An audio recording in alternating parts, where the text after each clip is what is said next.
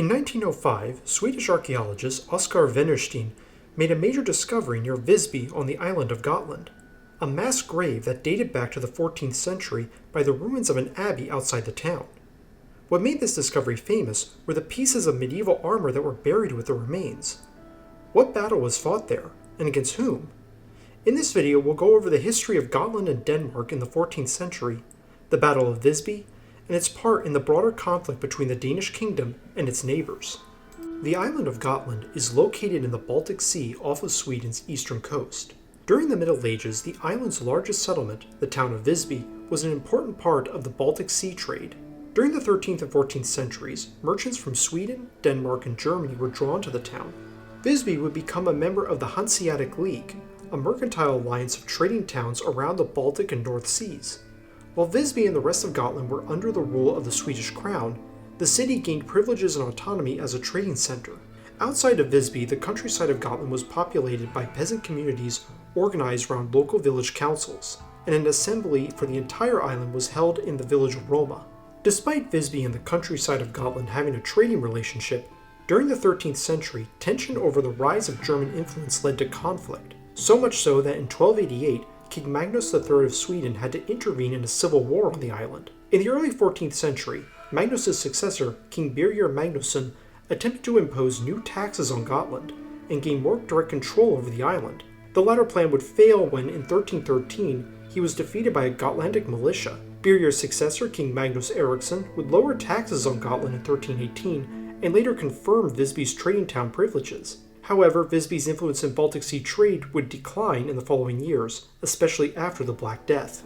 While Gotland saw a conflict with the Swedish crown in the first half of the 14th century, Denmark was going through its own series of crises. When King Valdemar IV took the throne in 1340, he inherited a kingdom in disarray and trapped in an interregnum for nearly a decade.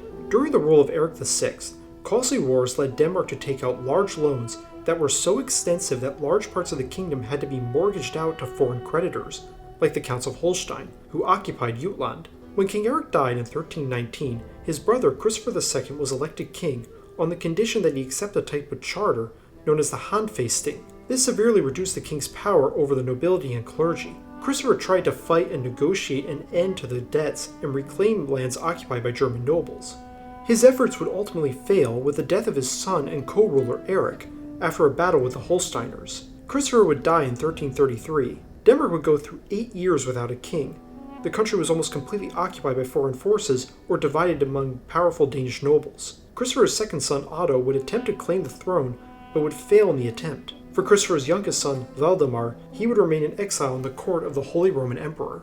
Things would change in 1340 when, during a rebellion against Holsteiner rule in Jutland, Gerhard of Holstein-Rendsburg was killed by the Danish knight Niels Ebbesen. In the aftermath, Valdemar negotiated with Gerhard's sons to gain support for claiming the Danish throne. Through the 1340s, King Valdemar attempted to put the Danish realm back together. He levied new taxes on the population and sold Denmark's possessions in Estonia to the Teutonic Knights in order to raise the necessary funds. Whatever lands held by German nobles he couldn't buy back, he would take by force. Valdemar would further consolidate his rule over Denmark by defeating several noble-led rebellions and seizing their estates as punishment. However, things would take a severe turn for the worse at the end of the decade with the arrival of the Black Death in Denmark. Like the rest of Europe, the country was devastated by the plague. To make matters worse, high taxes and continued conflict between the crown and the aristocracy led to more revolts from the peasants and nobles. By the 1350s, following the end of the plague in Denmark, King Valdemar's position had not changed much. He still needed money. In 1360, he would turn his attention to Sweden, conquering the region of Scania and later the island of Åland. This would, however, bring Valdemar into conflict with the Hanseatic League, who were angered by their treatment in the Scanian market. These conflicts led to Denmark to turn its attention to Gotland and Visby. To continue the war against Sweden, to push back against the Hanseatic League, and gain the much-needed gold, Valdemar set out for Gotland in the summer of 1361. His goal would be to take control of the island and loot Visby.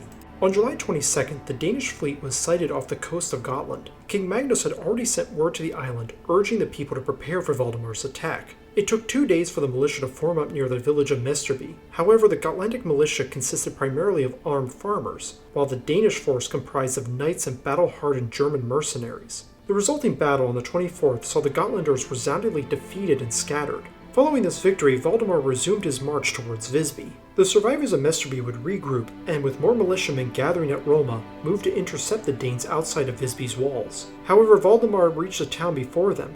Visby's gates remained sealed and its militia trapped inside, unable to help the peasant force outside the walls. On July 27th, the two sides fought. However, the actual battle was a one-sided engagement. Like at Mesterby, the mostly untrained peasants stood little chance against well-armed and battle-hardened knights and mercenaries. In addition, archaeological evidence from the mass grave revealed the militia included teenagers and old men.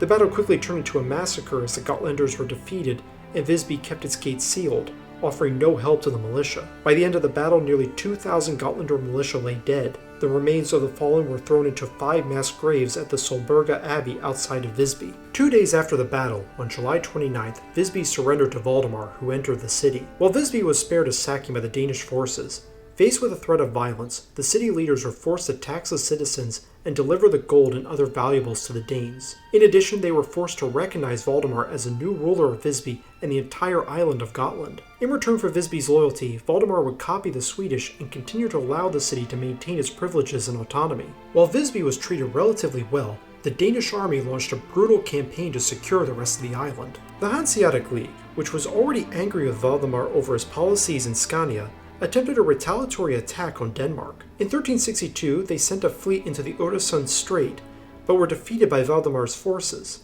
The following year, the conflict expanded when Valdemar supported his son-in-law, King Håkon VI of Norway, against the recently crowned King of Sweden, Albrecht of Mecklenburg. Toward the end of the 1360s, the conflict would reignite with Mecklenburg, Holstein, the Hanseatic League, rebel nobles in Jutland, and several other states and towns uniting against Denmark. After failing to defeat Mecklenburg in northern Germany, Valdemar signed a separate peace treaty with the Hanseatic League in 1370. The Treaty of Stralsund saw the League gain control over strategic forts on Scania's coast and the region's market. The following year, Valdemar secured a peace with Mecklenburg. This was done so he could focus on defeating the rebel nobles in Jutland. As for Gotland, following Valdemar's victory in 1361, he took the title King of the Goths, which, fun fact, Danish kings would continue to use until 1972. The island would remain disputed, with Sweden retaking the island only to then lose it again to Denmark in 1366. The constant conflict between the two kingdoms eventually led Gotland to fall to a third group, a large band of pirates known as the Victual Brothers. Initially privateers hired by Mecklenburg to attack Denmark, this band of pirates would grow powerful enough to seize control of Visby. In 1398, Gotland would be conquered again, this time by the Teutonic Order, who drove the Victual Brothers off the island. Valdemar's daughter, Queen Margaret of Denmark, would regain the island after buying it from the Order in 1407. It is interesting to see the role the Battle of Visby and the island of Gotland played in the broader history of the Danish-Swedish Wars and the trade and politics of Northern Europe. Sources for this video are in the description. I hope you all enjoyed the video. Thanks for watching.